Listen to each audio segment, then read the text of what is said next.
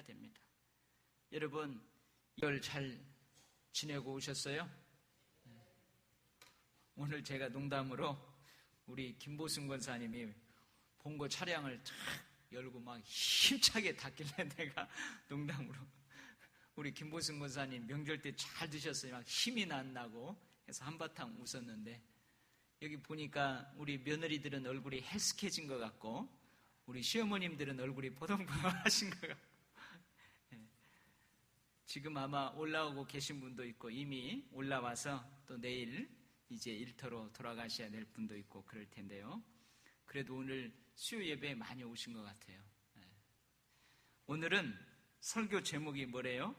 주보에 보니까 권위라고 되어 있죠. 여러분, 권위가 뭘까요? 권위가 뭘까요? 주어진 상황에서 어떤 결정을 하거나 어떤 행동을 취할 수 있는 권리, 그것을 권위라고 합니다. 그러니까 어느 개인 또 조직이나 제도가 어느 집단 속에서 일정한 역할을 담당하고 그 사회, 그 집단의 구성원들에게 인정되는 영향력을 가지고 있고, 이 영향력 또는 이 영향력을 행사할 수 있는 능력, 그것을 권위라고 부른답니다. 그러니까 예를 들면은 제가 이 도일교회라는 집단, 도일교회라는 사회 속에서 황룡 목사에게 어떤 일정한 역할이 주어져 있어요. 그리고 이것을 도일교회 집단의 구성원인 여러분들이 저의 그 역할들을 인정하고 있고, 또 그 역할들을 통한 영향력을 여러분들이 인정하고 있어요. 그래서 제가 가지고 있는 영향력, 그리고 제가 가지고 있는 영향력을 행사할 수 있는 능력, 이것을 권위라고 한다는 거죠. 예를 들면, 그래서 황룡 목사인 저에게는 도일교회의 담임 목사라는 권위가 있어요. 장로님들에게는 도일교회 장로님들이라는 장로라는 권위가 있어요. 이러한 권위를 가진 사람이나 어떠한 조직, 여기서 조직은 당회, 우리 교회로 말하면 당회가 있죠. 이 당회에게도 권위가 있어요. 당회가 마땅히 해야 될 역할들을 감당하고, 또 여러분들이 그것을 인정하고 그 당회가 그 영향력을 행사할 수 있는 능력이 있어요. 이것을 당회에 주어진 권위라고 할 수가 있는 거죠. 그래서 그 권위를 가진 사람이나 조직은 그 구성원을 주의하거나 통솔하여 따르게 하는 힘이 주어져 있어요.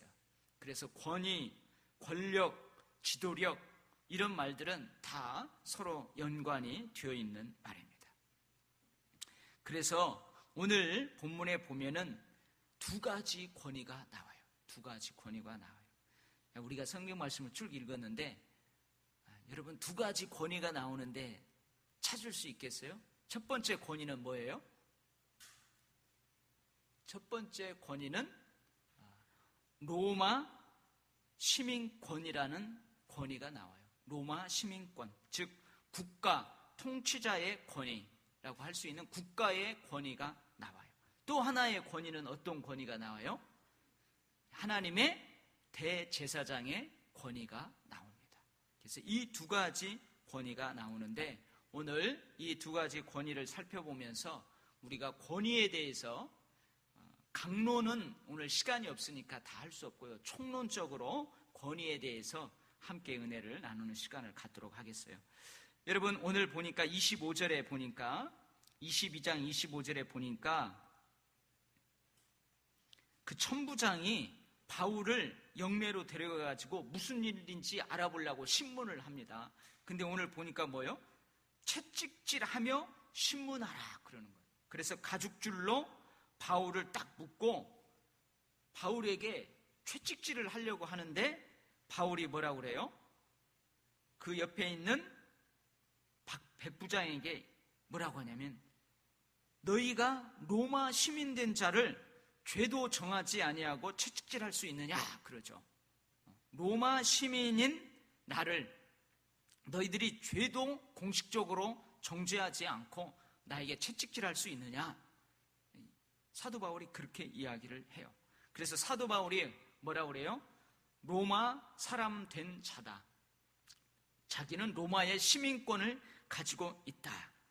그렇게 이야기하는 거예요. 바울은 로마 시민권을 그 당시 가지고 있었고 로마 시민권의 권리에 대해서도 잘 알고 있었어요. 여러분, 그 당시 로마 사람들은 세 가지 법에 의해서 보호를 받았다고 합니다. 발레리안 법, 포르시안 법, 줄리안 법, 이 세 가지 법이 있었는데요. 이 법들이 뭐냐면 로마 시민권을 가지고 있는 사람은 정당한 재판에 의해서 형이 확정되지 않은 상태에서 채찍질을 하지 못하게 되어 있다는 거예요. 근데 바울이 뭐예요 지금? 공식적으로 재판이 구성되어 가지고 형이 확정되지도 않았는데 백부장이 사도 바울에게 채찍질을 하려고 그래요. 이건 금지되어 있는 거예요. 다른 여타의 종족들에게는, 지배 그 민족들에게는 그렇게 할 수 있어도 로마 시민권자들에게는 그래 할 수가 없었어요. 그리고 또 만약에 이 법을 어기면은 채찍질을 가한 그 사람을 엄벌에 처하게 되어 있었습니다.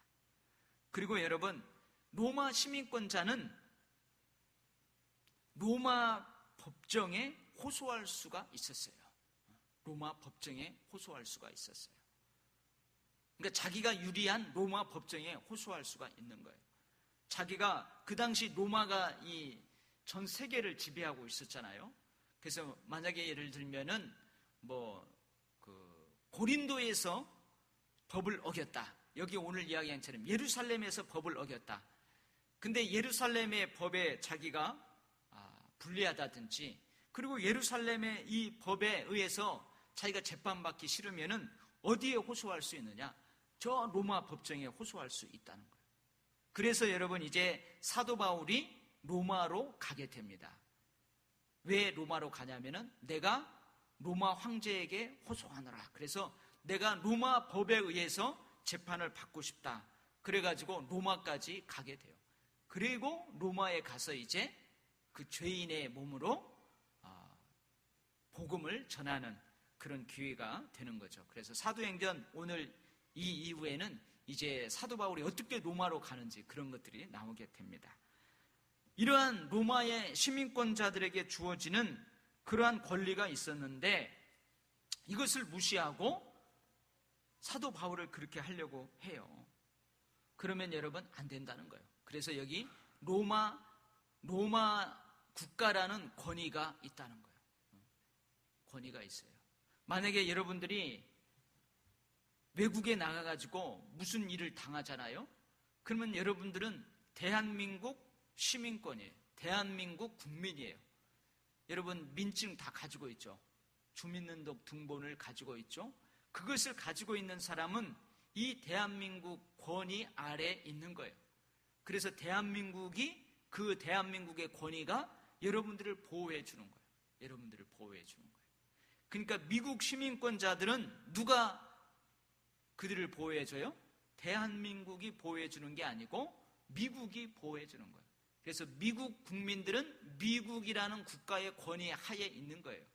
우리 대한민국 사람들은 어디 국가의 권위 아래 있는 거예요? 대한민국 권위 아래 있는 거예요.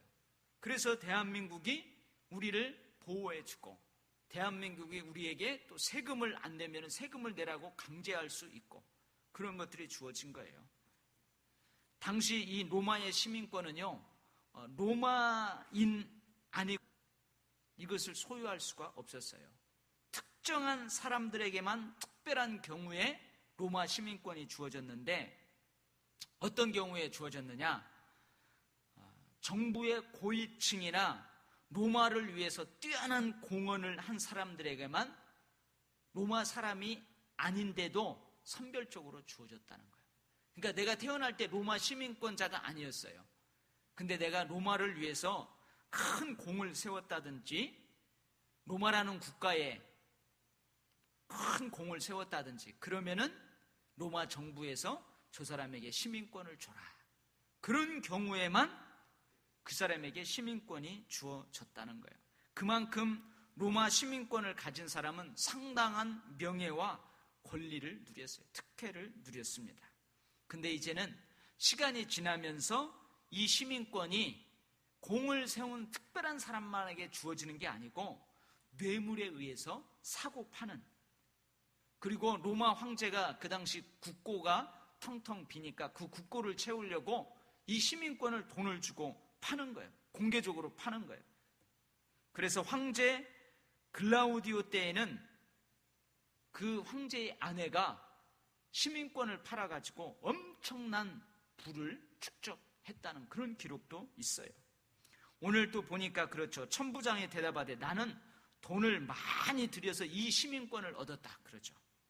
그래서 이 천부장, 사도행전 23장 26절에 보면은 이 천부장의 그 시족 이름이, 가족명이 글라우디오예요. 그래서 아마 황제 글라우디오가 통치하고 있을 때에 돈을 많이 주고 이 천부장이 로마의 시민권을 샀어요.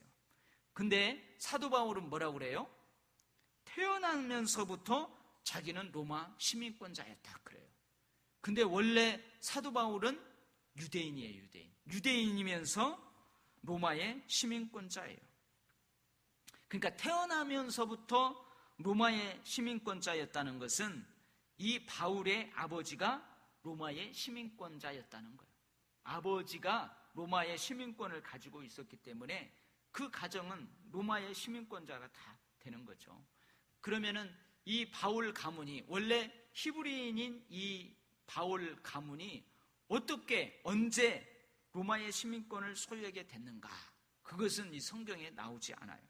그래서 많은 사람들이 추측을 하고 있어요. 아마 이 바울의 선조들도 혹시 많은 돈을 벌어가지고 그 돈을 주고 이 로마의 시민권을 취득할 가능성도 있다. 아니면은 바울의 선조 중에서 누군가 로마의 행정관이나 그 로마의 고위층에게 또 로마를 위해서 큰 공을 세워가지고 시민권을 얻게 되었을지도 모른다. 이러한 여러 가지 이야기가 나오고 있어요. 어쨌든 사도 바울은 로마의 시민권자예요. 그래서 오늘 보면은 이 국가에 대한 권위가 나옵니다. 국가에 대한 권위가 나와요.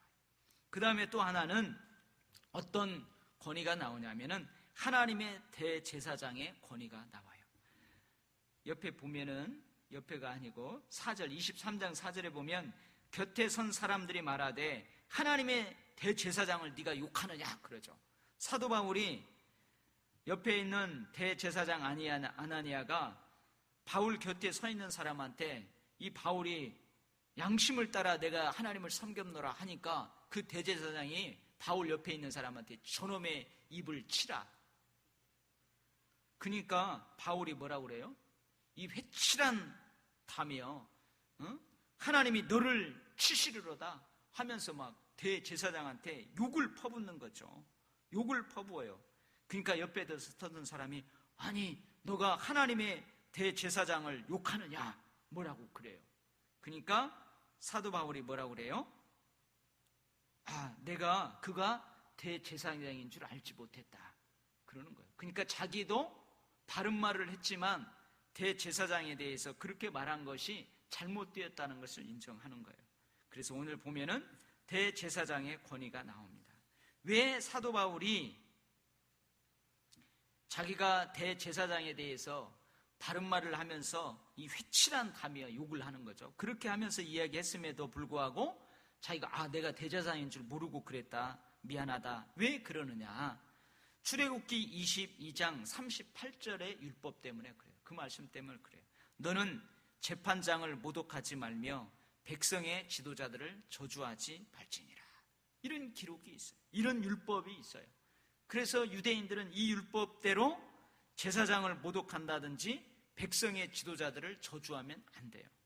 그래서 구약시대의 왕, 구약시대의 제사장, 구약시대의 선지자의 권위는 율법으로 보호되고 인정이 되었습니다.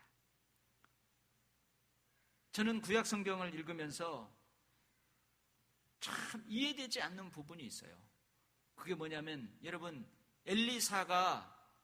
엘리사의 머리가 많아요. 숱이 많아요. 적어요.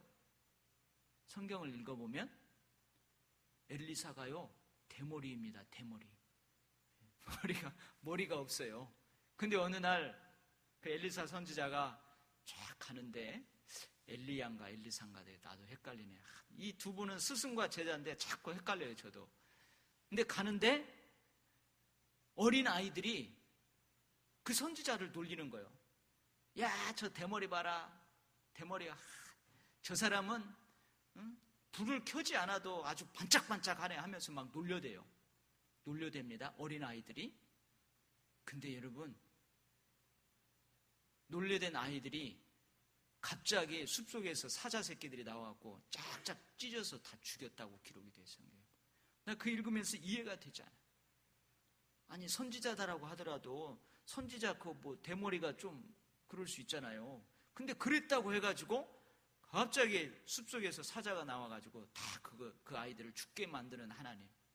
이해가 되지 않아요. 어쨌든 구약 시대에는 이렇게 왕, 제사장, 선지자의 권위는 율법으로 보호되고 인정이 되었습니다. 그래서 오늘은 이 권위에 대해서 우리가 함께 살펴보도록 하겠어요. 먼저 여러분, 이 권위의 주인은 누구일까?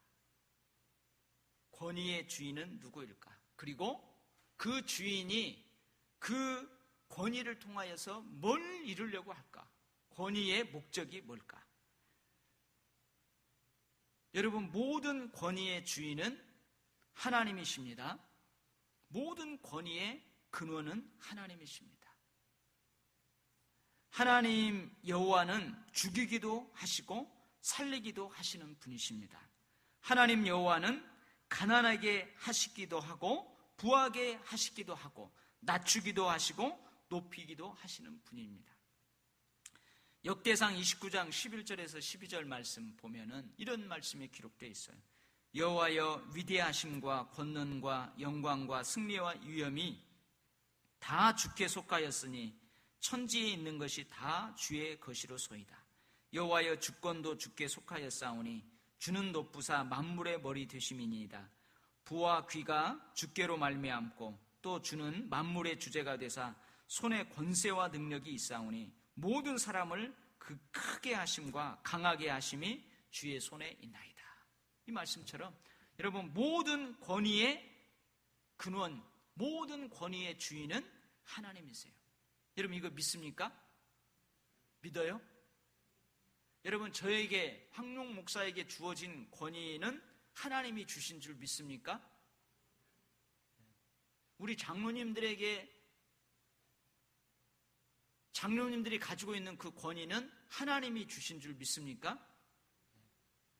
저 북한 김정일이 가지고 있는 권위는 하나님이 허락하신 줄 믿습니까? 이거 아멘이 안 나오네요. 여러분 지금 이제 전직 대통령인 전두환 대통령, 그 다음에 노태우 대통령, 이분들의 권위는 하나님이 허락하신 줄 믿습니까? 이 아멘 소리가 적네요. 아니 지금 여러분 모든 권위의 근원, 모든 권위의 주인은 하나님이시다 할 때 아멘 하셨잖아요. 그리고 성경 말씀을 제가 쭉 읽었잖아요. 여러분 이스라엘이라는 나라를 압제한 바벨론이라는 나라가 있어요. 남쪽 이스라엘을 포로로 끌려간 나라가 바벨론이라는 나라예요. 바벨론의 왕 느부갓네살 왕이 있어요. 그 왕에게 하나님이, 그 왕이 가지고 있는 그 권위는 하나님이 허락하신 줄 믿습니까, 여러분? 대답을 못 하시죠. 대답을 못 하시네요. 아멘 해야 됩니다. 이 세상에 모든 권위의 주인은 하나님이세요. 하나님이세요. 여러분 성경에 보면은 욥기를 통해서 특별히 하나님의 절대 주권을 욥기가 강조하는 거예요. 욥기를 통해서 뭘 강조하느냐? 하나님의 절대 주권을 강조하는 거예요. 여러분 거기에 보면 사탄이 가지고 있는 권위도 누가 허락한 거예요? 하나님이 허락하신 거예요. 지난주에도 제가 역사를 이야기할 때에 역사의 주인은 하나님이십니다. 성경에서 시간적으로 공간적으로 그 기록되어 있는 것을 제가 여러분들에게 선포했잖아요. 근데 우리 많은 사람들은 잘못된 권위를 행사하는 그 사람의 권위는 하나님이 주시지 않았다, 이런 생각이 가득 있어요. 그러니까 아멘을 못하는 거예요. 여러분, 전두환 전 대통령이 5.18 광주 항쟁 때에 무참하게 사람들 죽였잖아요. 그러니까 그거에 대해서 여러분들이, 아니 그런 대통령에게 하나님이 권위를 주셨다고요? 인정을 못하겠다는 거죠. 저 북한 지금 우리 대한민국 대치 상태에 있는데 6.25 전쟁을 일으키고 동족 상잔의 비극의 주인공인 그 사람의 권위를 하나님이 허락하셨다고요? 아멘을 못한다니까요, 사람들이. 다시 한번 물을게요. 여러분, 이 세상의 모든 권위의 근원, 권위의 주인은 하나님이신 줄 믿습니까? 내 말이 아니라니까요. 여러분, 이러한 믿음이 있어야 돼요. 모든 권위의 주인은 하나님이세요. 모든 권위의 주인은 하나님이십니다. 권위의 주인이신 하나님께서 권위자를 세우시고 그 권위를 위임하세요. 그리고 위임한 그 권위자를 통하여서 하나님은 풍성하고 아름다운 계획을 이루기를 원하십니다. 이게 첫 번째 권위에 대한 믿음입니다. 여러분, 이런 믿음이 있어야 돼요. 권위자는 마치 파이프와 같아서 하나님의 능력이나 사랑이 온전하게 흘러가는 통로와 같은 자입니다. 사도 바울은 바로 고린도 교회와 하나님 사이에 파이프와 같은 역할을 하였고 그 삶에 자신을 헌신하였습니다. 근데 이 권위는 자기 스스로 취하는 것도 아니고 사람에게로부터 말미암은 것도 아니고 오직 하나님에게로부터 오는 것이 분명합니다. 이런 믿음이 있어야 돼요. 두 번째 권위에 대해서 아까 제가 얘기했죠. 하나님께서, 권위의 주인이신 하나님께서 그 권위를 행사할 수 있는 권위자를 세우시고 그 권위자에게 권위를 위임하신다고 그랬어요. 그러면은 그 권위의 목적은 무엇일까?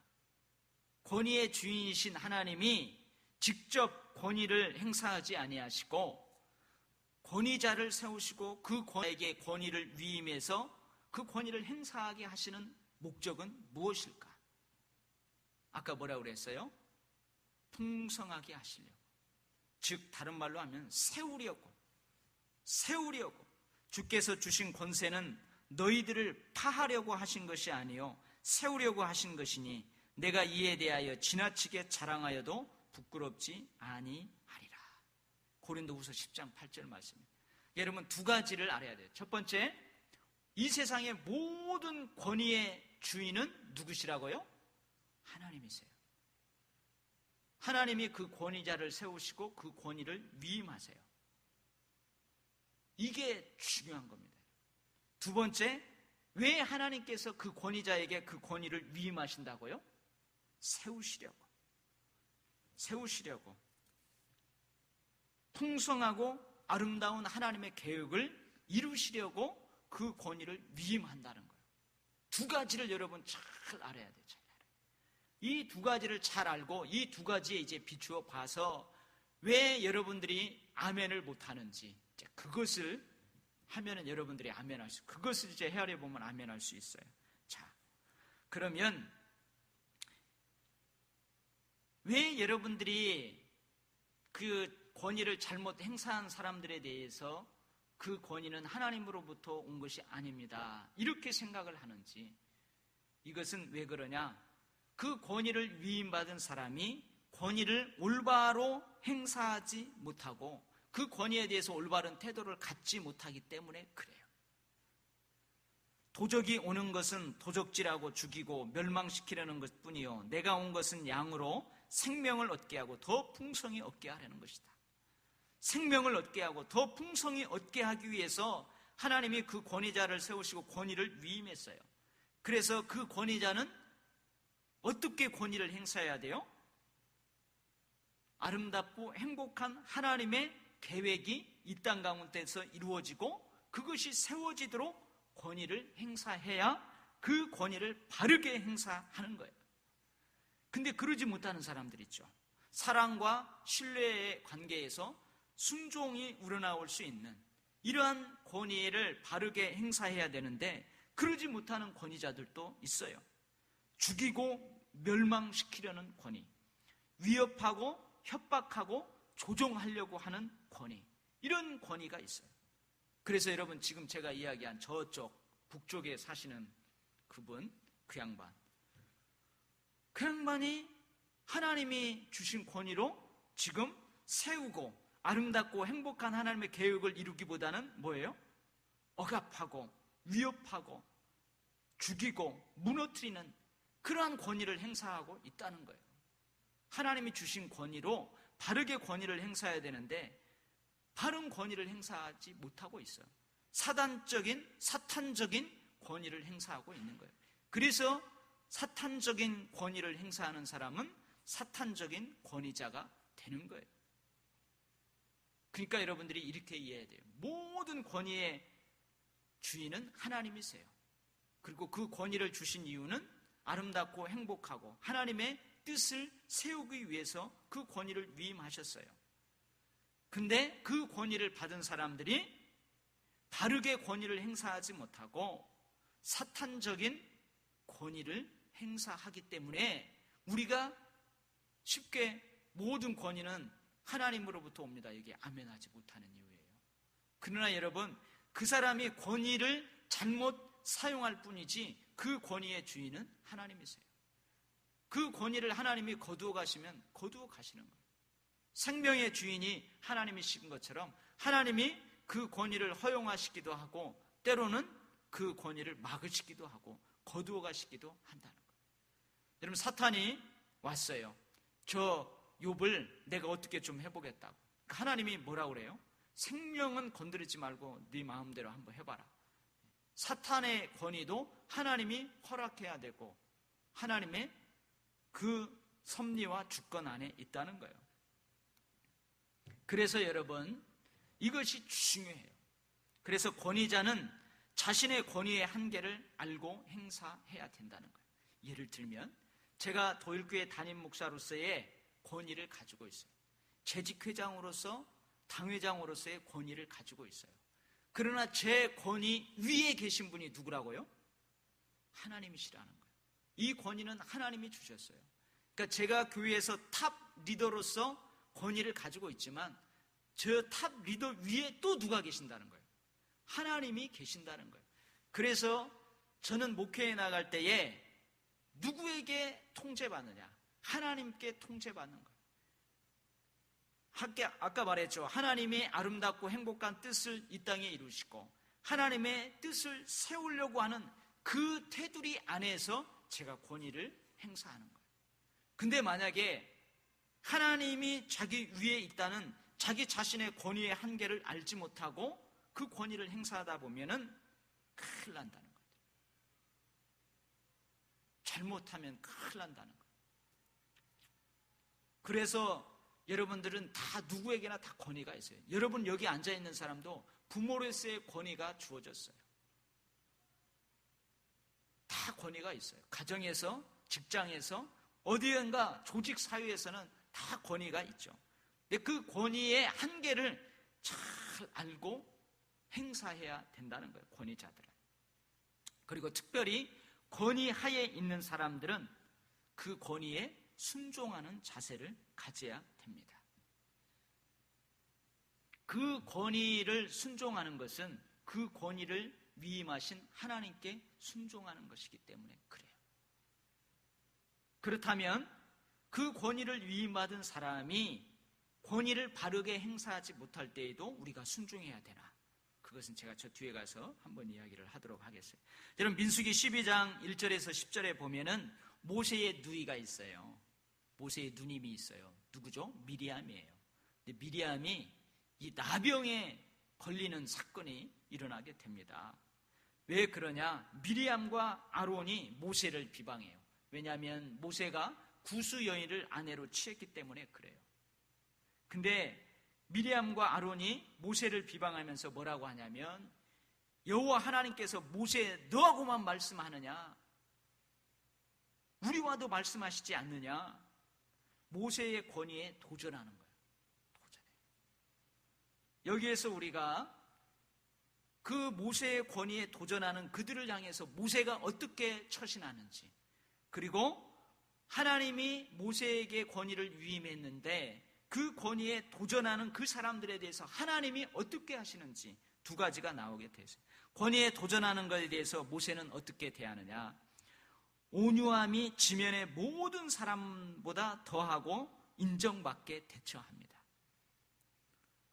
참 모세는 대단한 것 같아요. 여러분, 자기의 권위에 도전하는 사람들, 권위에 순종하지 못하는 사람들, 내가 정당한 권위를 행사했음에도 불구하고 그걸 순종하지 못하는 사람들을 보면은 어떻게 해요?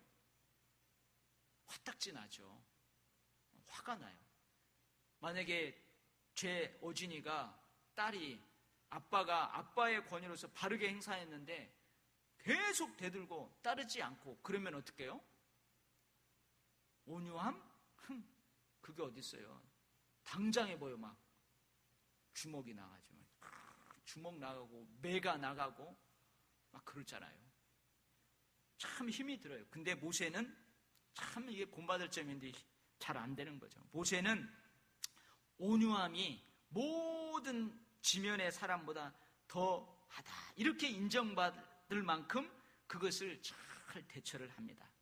그리고 미리암이 저래 했으니까 나병이 발하게 하겠다. 그러니까 하나님이 그렇게 하니까 나병이 발했어요. 그러니까 모세가 뭐라 그래요? 봐라, 니들.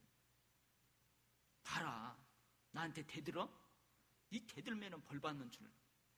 큰일 날 줄 알아. 다음부터 하지 마. 그러는 게 아니고 모세가 뭐라고 하냐면, 하나님, 저를 봐서라도 저들을 용서해 주시고 저들을 고쳐주세요. 그렇게 기도합니다. 모세가 그렇게 기도해요. 참 멋지죠. 이게 바로 권위를 가지고 있는 자로서 자신의 권위의 한계를 잘 알고 그 권위를 행사하는 사람의 자세입니다. 모습입니다. 그 다음에 하나님은 그러면은 하나님이 그 권위를 위임한 권위자를 우습게 여기고 거역한 자들에 대해서 하나님이 어떻게 하느냐, 이렇게 말씀하셨어요. 내 말을 들으라. 내 말을 들으라. 미리암, 모세, 내 말을 들으라. 너희 중에 선지자가 있으면 나 여호와가 환상으로 나를 그에게 알리기도 하고 꿈으로 그와 말하기도 하거니와 내 종 모세와는 그렇지 아니하니 그는 내 온 집에 충성함이라. 그와는 내가 대면하여 명백히 말하고 은밀한 말로 하지 아니하며 그는 또 여호와의 형상을 보거늘 너희가 어찌하여 내 종 모세의 비방하기를 두려워하지 아니하느냐. 하나님이 그렇게 하십니다. 여러분, 이런 것을 통하여서 우리가 권위자들을 어떻게 대할 것인가.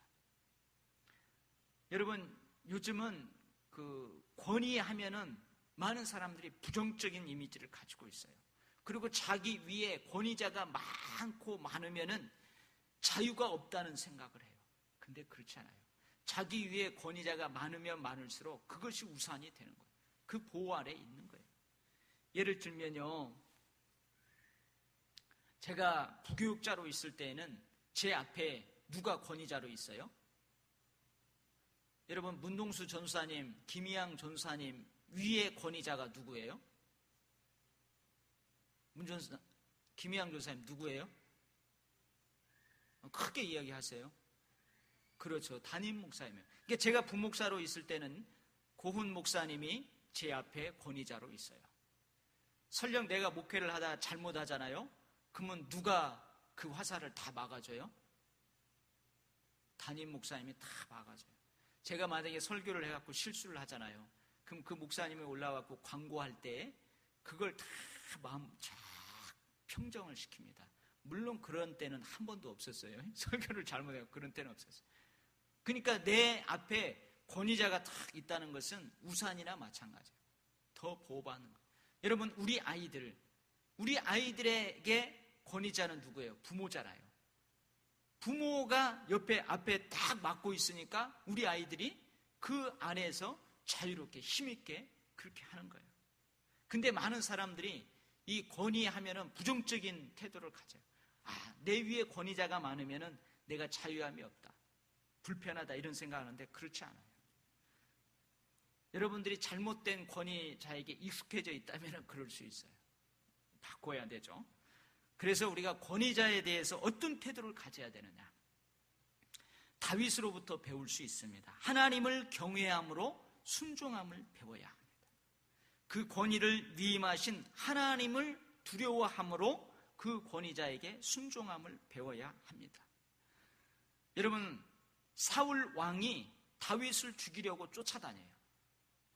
다윗을 죽이려고 쫓아다녀요. 사무엘상 24장에 보면 근데 절호의 찬스가 왔어요. 절호의 찬스가 왔어요. 다윗을 죽이려고 쫓아다니는 사무엘을 너무나도 쉽게 죽일 수 있는 기회가 왔어요. 그러니까 다윗을 따르는 무리들이 뭐냐면, 다윗이요, 보세요, 하나님이 저 사악한 사울 왕을 죽이라고 이렇게 좋은 환경을 만들어주지 않았습니까? 내가 칼을 2번 뺄 것도 없습니다. 단칼에 찔러서 다윗 왕의 적인 사울 왕을 내가 죽일 수 있습니다. 그러니까 다윗이 뭐라고 그래요? 그래, 맞다. 환경을 보니 하나님이 저 왕을 죽이라고 하는 것 같다. 근데 왕이자 장인어른이에요, 다윗이. 죽이라고 하는 것 같다. 그래가지고 죽여라! 그러는 게 아니고 뭐라고 하느냐, 자기 사람들에게 이르되 내가 손을 들어 여호와의 기름 부음을 받은 내 주를 치는 것은 여호와의 금하시는 것이니 그는 여호와의 기름 부음을 받은 자가 됨이니라. 사울 왕이 비록 하나님으로부터 권위를 위임받아서 권위를 행사하는데 잘못된 권위를 행사한다 할지라도 여호와의 기름 부음 받은 자라는 말을 통해서 권위를 잘못 행사하는 그 사람은 잘못됐지만 그 권위를 위임한 하나님을 경외하는 경외함, 그것은 먹칠하지 않는다는 거예요. 설령 내 위에 있는 권위자가 잘못된 권위를 행사한다 할지라도 우리가 취할 태도는 바로 이런 것입니다. 여러분, 그 다음에 또 어떤 일이 일어났냐, 이번에는요 자꾸 그 따르는 사람들이 또 기회가 왔어요. 그러니까 다윗을 추종하는 사람들이 죽여라. 근데 여러분, 정치를 하다 보면요, 자기가 하기 싫은 일도 그 따르는 사람들을 규합하고 따르는 사람들을 위해서 어쩔 수 없이 해야만 되는 그런 때도 있다고 그래요, 정치하는 사람들 부르고. 근데 다윗이 2번째 했는데 죽이라고 하는 거예요. 이번에도 하나님이 기회를 죽여라. 근데 앞으로 다윗과 함께 정치를 할 그 수족과 같은 사람들이에요. 그 사람들이 또 그러는 거예요. 그러니까 이번엔 다윗이 고민에 빠집니다. 근데 어떻게 하라고요? 그러면 목숨은 죽이지 말고 그 사울 왕의 옷자락만 살짝 베가지고 와라. 근데 여러분, 다윗이 그 사울 왕의 옷자락을 벤 거에 대해서 마음이 엄청 찔렸어요. 사무엘상 26장 1절에서 12절에 보면은 그런 말씀이 나와요.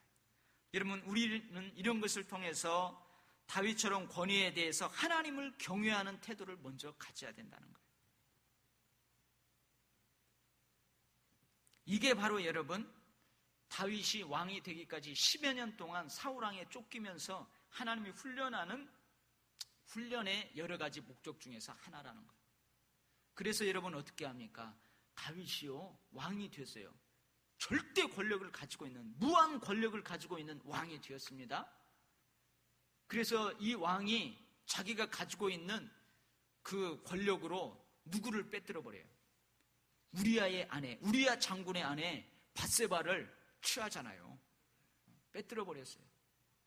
근데 그것을 누가 와서 지적해요? 나단 선지자가 와서 지적합니다. 그러면은요, 다른 왕 같으면 어떻게 해요? 아니, 감히 왕에게 나단 선지자 목을 쫙 베버릴 수 있어요. 근데 다윗이 뭐라고 그래요? 나단 선지자가 와서 다윗에게 예를 들어서 설명하면서 바로 그 사람이 당신입니다 하고 딱 지적할 때요, 다윗은 어떻게 해요? 바로 그 자리에 엎드려요. 그리고 자기의 죄를 고백합니다. 이게 바로 여러분, 이 훈련한 거예요. 권위에 대한 훈련. 그래서 여러분, 하나님이 다윗을 뭐라고 그래요? 내 마음에 합한 종이다. 그렇게 이야기하는 거예요. 큰 죄를, 살인죄를 짓고 간음죄를 짓고 거짓말하는 죄를 지었어도 내 마음에 합한 자라고 하는 이유가 그거예요. 그래서 우리는 권위자에 대한 이러한 태도를 먼저 가져야 됩니다. 그러면 우리가 그 순종해야 될 그 권위자들이 누구누구가 있는가? 많이 있어요. 우리들의 부모님도 있고 여러 가지가 있지만 오늘 두 가지가 나오는데, 위정자, 법규에 대해서 우리가 권위를 인정하고 순종해야 됩니다. 각 사람은 위에 있는 권세들에게 굴복하라. 권세는 하나님께로 나지 않음이 없나니 모든 권세는 다 하나님의 정하신 바라.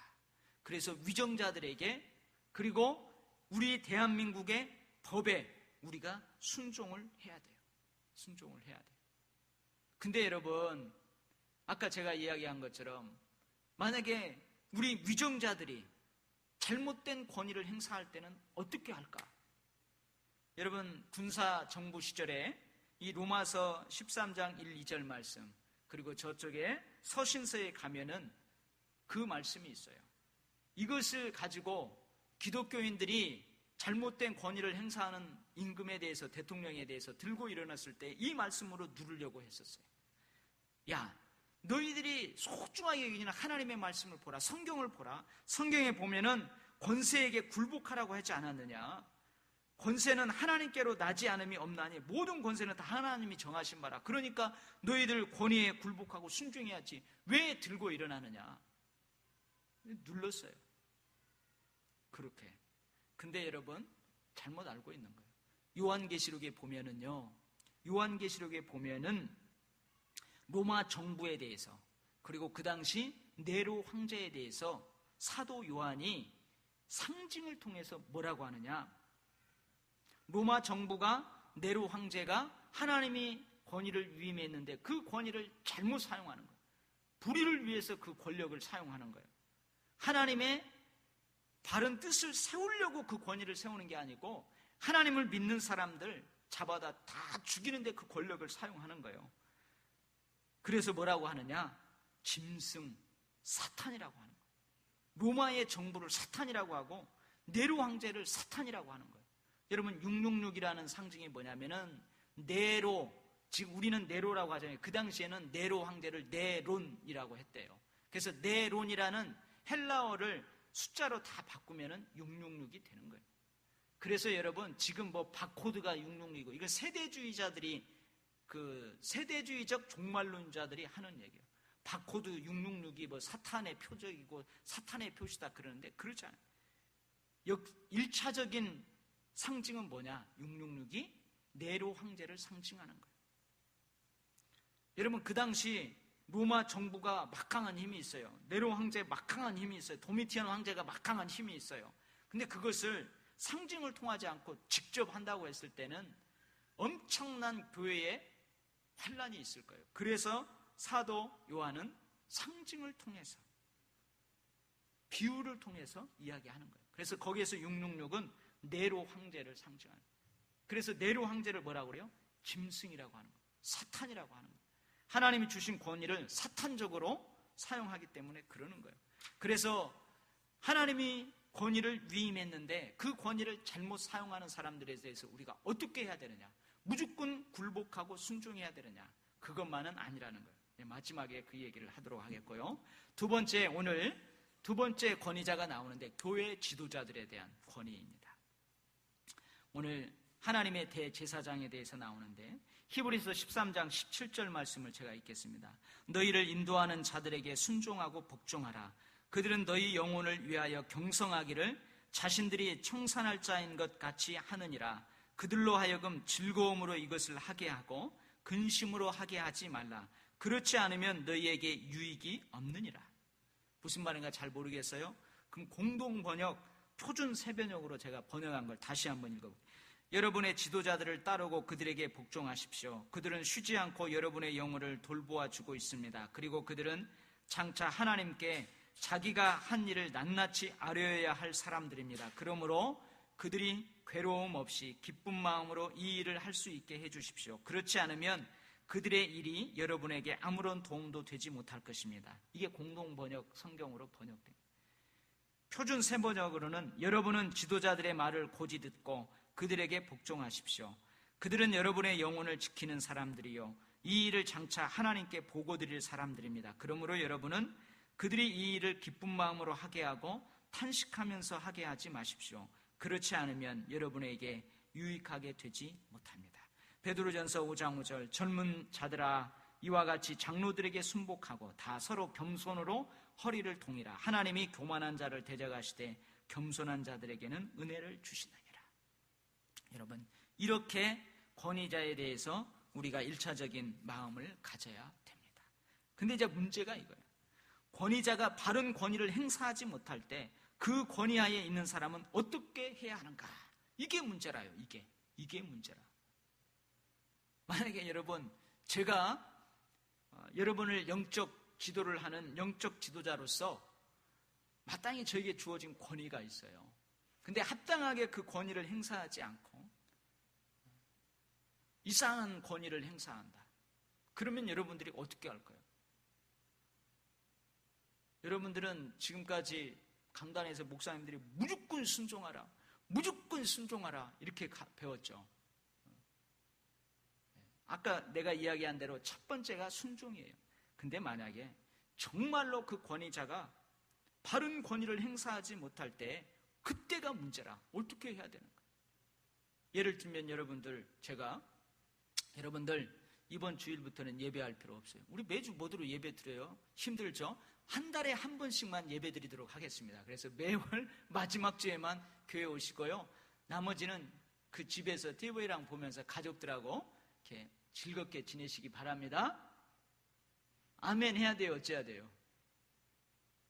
어떻게 할래요? 그런데 문제라. 그럼 어떻게 할 건가? 내가 이렇게 말할 때 즉각 일어나고 목사님 지금 뭐 하는 겁니까? 막 그래야 돼요? 어떻게 해야 돼요? 여러분 이게 문제라요.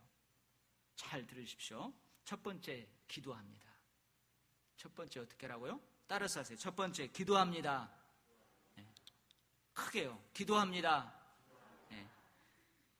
여러분 잘못된 권위를 행사하지만 그 권위를 위임하신 분이 누구냐? 하나님이세요. 그분을 위해서 기도하는 거예요. 하나님이 정말로 권위를 맡은 축복을 받았는데 하나님 저분이 그것도 모르고 자꾸 그 권위를 가지고 오히려 세우려고 하고 하나님의 아름답고 행복한 뜻을 이 땅에 펼치려고 하기보다는 자꾸 무너뜨리려고 하고 그럽니다. 어찌하면 좋겠습니까? 하나님 울면서 기도가 있어야 돼요. 울면서 기도가 있어요. 그런 때는 막 새벽 기도가 살아나야 되고요. 금요 철야가 막 살아나야 되고요. 그러는 거예요. 만약에 국가에 위기가 왔어요. 국가의 위정자가 잘못된 권위를 행사해가지고 국가의 위기가 왔어요. 그러면 여러분 어떻게 해야 돼요? 정궁방방곡곡 교회에서 막 기도해야 된다. 우리 권사님들 특히 우리 교회 어머니, 기도의 어머니예요. 기도해야 돼요. 그분을 위해서 간절히 기도해요. 간절히. 이게 첫 번째 해야 될 일이에요. 언제까지 기도해야 될까요? 언제까지 기도해야 되느냐? 제 경험이에요. 그 사람을 내가 사랑으로 가슴에 품을 수 있을 때까지 기도해야 돼요. 그렇게 간절히 첫 번째 기도하면 두 번째 따라서 합시다. 정중하고 큰 소리로 따라하시라니까요. 정중하고 예의 바르게 말한다. 정중하고 예의 바르게 찾아가요. 찾아가서 이야기를 하되 정중하고 예의 바르게. 내가 그 사람의 권위하에 있기 때문에 정중하고 예의 바르게 해야 됩니다. 이게 잘 안 돼요. 그래서 기도하는 거예요. 막 성질내고 예의를 못 차리고 정중하지도 않고 그럴 가능성이 많거든요. 왜냐하면 우리도 이게 정의에 대해서 불의에 대해서 막 일어나는 것들이 사람마다 있기 때문에 그래요. 정중하고 예의 바르게 해야 됩니다. 세 번째 따라서 합시오. 권위의 주인이신 하나님의 권위를 무시하지 않도록. 그 권위를 행사하는 그 사람의 잘못된 행사하는 권위를 지적하는 것을 뛰어넘어서 자칫 잘못하면 그 권위를 위임하신 하나님을 경외하는 것을 망각할 수 있다는 거예요. 아까 다윗이 그랬잖아요. 사울 왕이 그렇게 했지만 뭐라고 그랬어요? 그 왕에게 주신 기름 부은 것은 여호와 하나님이시다. 기름 부으신 분은. 그니 내가 어떻게 하나님을 대신할 수 있겠느냐. 권위의 주인이신 하나님의 권위를 무시하지 않도록 조심해서 해야 된다는 거예요. 여러분, 이것을 잘 배워야 됩니다. 제가 이제 우리 직분자들 내년에 이제 또 교육하는 해로 하겠다고 했잖아요. 교육할 때에 제가 주되심이라는 강의를 제일 먼저 해요. 하나님은 나의 주님이십니다. 예수님은 나의 주님이십니다. 이 주되심의 신앙이 너무나 중요하기 때문에 그래요. 그 다음에 강의하는 게 뭐냐면 권위와 순종이에요. 권위와 순종. 이게 너무 중요하기 때문에 그래요. 그래서 오늘은 총론적으로만 얘기했지만 나중에 또 각론적으로 그렇게 하는 때가 있을 것입니다. 그래서 오늘은 너무너무 중요한 거예요. 중요한 것은 반복해서 설교를 하는데요. 자, 이제 오늘 다 덮고 설교 끝입니다. 복습 한번 하도록 하겠어요. 모든 권위의 주인은 누구시라고요? 믿습니까? 네. 진짜 아멘 할 수 있어요? 네, 아멘. 하나님께서 권위자를 세우시고 그에게 권위를 위임하시는 목적이 뭐라고 그랬어요? 세운다.